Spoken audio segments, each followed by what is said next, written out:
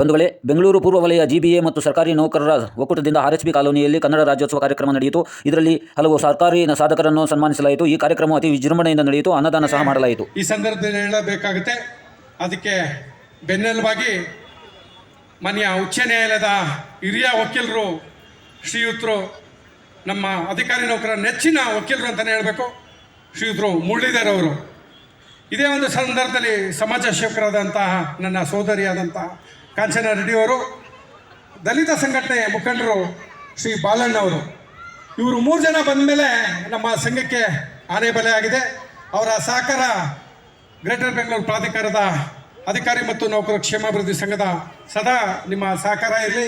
ನಾವು ನಿಮ್ಮ ಜೊತೆಯಲ್ಲಿ ಇರ್ತೀವಿ ಅಂತ ಈ ಸಂದರ್ಭದಲ್ಲಿ ನಿಮ್ಮನ್ನು ಮನವಿ ಮಾಡ್ಕೊತ, ನಮ್ಮ ಎಲ್ಲ ಕಾರ್ಯಕ್ರಮಗಳಿಗೆ ತಾವು ಬೆನ್ನೆಲುಬಾಗಿರಬೇಕು, ನಮ್ಮ ಸಂಘ ತಗೊಳ್ಳುವ ನಿಲುವೆ ತಮ್ಮ ಸಹಕಾರ ಇರಬೇಕು ಅಂತ ಈ ಸಂದರ್ಭದಲ್ಲಿ ಮನವಿ ಮಾಡ್ಕೊಳ್ತೀವಿ.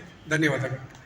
ಧನ್ಯವಾದಗಳು ಮುರಳೀಧರ್ ಸರ್. ನಿಮ್ಮ ಸೇವೆ ಈಗಾಗಲೇ ಅಧ್ಯಕ್ಷ ಹೇಳಿದ ರೀತಿಯಲ್ಲಿ ಬಹಳಷ್ಟು ಸೇವೆ ಮಾಡ್ತಾ ಇರ, ವಿಶೇಷವಾಗಿ ಮಹಿಳಾ ಸಬಲೀಕರಣಕ್ಕೆ ಬಹಳಷ್ಟು ಒತ್ತು ಕೊಟ್ಟು ಯಾರೇ ಬಂದು ಕೂಡ ಅವರಿಗೆ ಸಲಹೆ ಸಹಕಾರ ಕೊಟ್ಟು ತಾವು ಪ್ರೋತ್ಸಾಹ ಮಾಡ್ತಾ ಇರ.